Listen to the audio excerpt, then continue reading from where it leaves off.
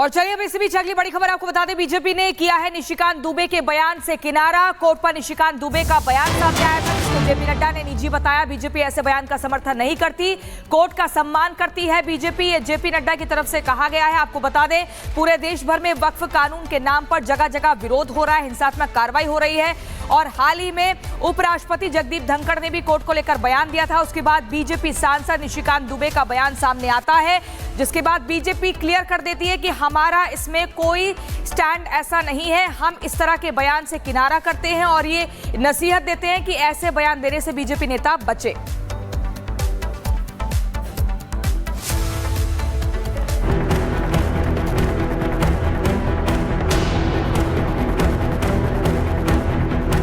इस देश में धार्मिक युद्ध भड़काने के लिए केवल और केवल सुप्रीम कोर्ट जिम्मेवार है। हमारी मर्जी के खिलाफ भी फैसला आता है, हम उसको कबूल करते हैं। इसलिए कबूल करते हैं कि हम कॉन्स्टिट्यूशनल मोरालिटी को मानने वाले हैं। न्यायालय को भी इन सब बातों को समग्र रूप से सोचना चाहिए कि आखिरकार अगर मुझे कागज दिखाने की जरूरत है तो आपको भी कागज दिखाने पड़ेंगे। वक्फ संशोधन कानून पर देश की सबसे बड़ी अदालत में सुनवाई जारी है। केंद्र की सरकार को 7 दिन की मोहलत देश की सबसे बड़ी अदालत ने जवाब देने के लिए दिया है, लेकिन इस बीच सियासत चरम पर है। खासकर निशिकांत दुबे के इस बयान के बाद माहौल ज्यादा ही गर्मा गया। इस देश में धार्मिक युद्ध भड़काने के लिए केवल और केवल सुप्रीम कोर्ट जिम्मेवार है। सुप्रीम कोर्ट अपनी सीमा से बाहर जा रहा है। सुप्रीम कोर्ट की सीमा यह है कि भारत का संविधान जिस कानून को बनाया उस कानून की उसको व्याख्या करनी है, और यदि वो व्याख्या नहीं कर सकती है और सब कुछ के लिए सुप्रीम कोर्ट जाना है तो इस संसद का कोई मतलब नहीं है, विधानसभा का कोई मतलब नहीं है, उसको बंद कर देना चाहिए। इस देश में जितने गृह युद्ध हो रहे हैं उसके जिम्मेवार केवल यहाँ के chief justice of India Sanjeev Khanna साहब। निशिकांत दुबे की ये टिप्पणी ऐसे समय में आई जब उपराष्ट्रपति जगदीप धनखड़ ने भी सुप्रीम कोर्ट के एक फैसले पर नाराजगी जताई थी।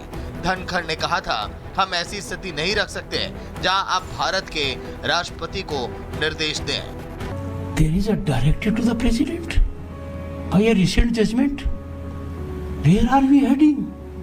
What is happening in the country? President being called upon to decide in a time-bound manner, and if not, becomes law. So we have judges who will legislate, who will perform executive functions, who will act as super parliament, and absolutely have no accountability because law of the land does not apply to them.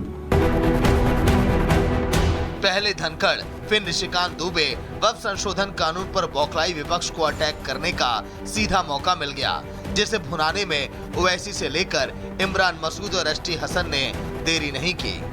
Narendra Modi ji, आपकी party के लोग कह रहे हैं कि religious war शुरू हो जाएंगी, मजहबी जंग शुरू हो जाएगी। किसको डरा रहे हैं ये लोग? अदलिया को डरा रहे हैं आप। इख्तिदार में रहकर अदलिया को डराएंगे आप। आपके हक में फैसला आया तो आपके मुंह में लड्डू फूटते हैं और आप रिलीजियस वॉर शुरू हो जाएंगी। सुप्रीम कोर्ट के खिलाफ इस तरह के जो वक्तव्य लगातार आ रहे हैं, मैं समझता हूं ये दुर्भाग्यपूर्ण है। ऐसा नहीं कि देश में पहली बार ऐसा हो रहा हो, पहले भी बहुत सारे मसले ऐसे हुए कि पूर्ण बहुमत की सरकारों के खिलाफ सुप्रीम कोर्ट ने खड़े होकर के फैसले दिए। तो इसमें ये इतनी जो बौखलाहट हो रही है, ये बहुत समझ से बाहर है।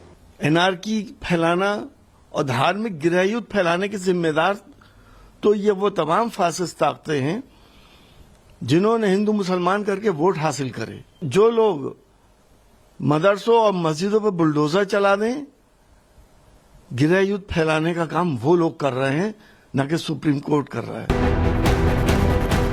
विरोधी हमलावर हैं तो निशिकांत के समर्थन में बीजेपी सांसद दिनेश शर्मा और बीएसपी प्रवक्ता विनोद बंसल उतरे और कहा, कोई भी राष्ट्रपति को चुनौती नहीं दे सकता क्योंकि राष्ट्रपति सर्वोच्च हैं। भारत के संविधान के अनुसार कोई भी संसद को यानी राज्यसभा और लोकसभा को निर्देशित नहीं कर सकता, और क्योंकि राष्ट्रपति के दस्तखत हो चुके, राष्ट्रपति सर्वोच्च है, राष्ट्रपति को कोई चुनौती नहीं दे सकता। माननीय न्यायालय को भी इन सब बातों को समग्र रूप से सोचना चाहिए कि आखिरकार अगर मुझे कागज दिखाने की जरूरत है तो आपको भी कागज दिखाने पड़ेंगे। न्याय सबके साथ बराबर होना चाहिए, समान न्याय तंत्र के ऊपर रखें और संसद के द्वारा बनाए हुए कानून, जो संवैधानिक तरीके से बनाया हुआ कानून है, उसमें मुझे लगता है कोई हस्तक्षेप न करे।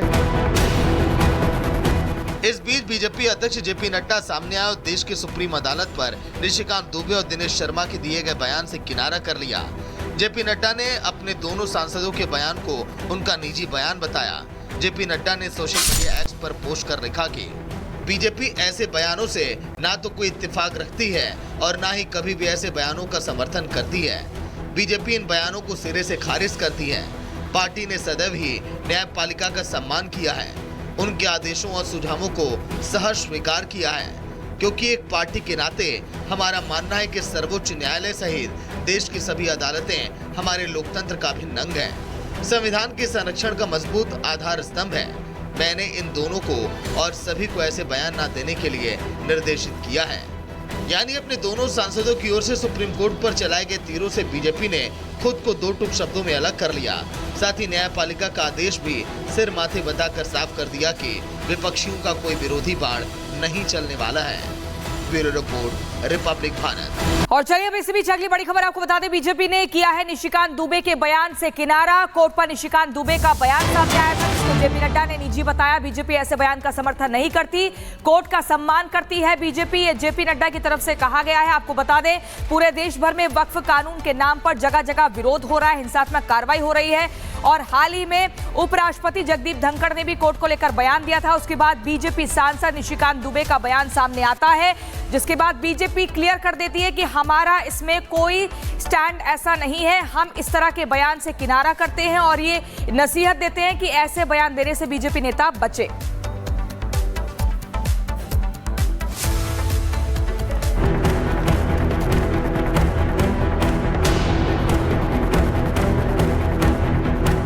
इस देश में धार्मिक युद्ध भड़काने के लिए केवल और केवल सुप्रीम कोर्ट जिम्मेवार है। हमारी मर्जी के खिलाफ भी फैसला आता है, हम उसको कबूल करते हैं। इसलिए कबूल करते हैं कि हम कॉन्स्टिट्यूशनल मोरालिटी को मानने वाले हैं। न्यायालय को भी इन सब बातों को समग्र रूप से सोचना चाहिए कि आखिरकार अगर मुझे कागज दिखाने की जरूरत है तो आपको भी कागज दिखाने पड़ेंगे। वक्फ संशोधन कानून पर देश की सबसे बड़ी अदालत में सुनवाई जारी है। केंद्र की सरकार को 7 दिन की मोहलत देश की सबसे बड़ी अदालत ने जवाब देने के लिए दिया है, लेकिन इस बीच सियासत चरम पर है। खासकर निशिकांत दुबे के इस बयान के बाद माहौल ज्यादा ही गर्मा गया।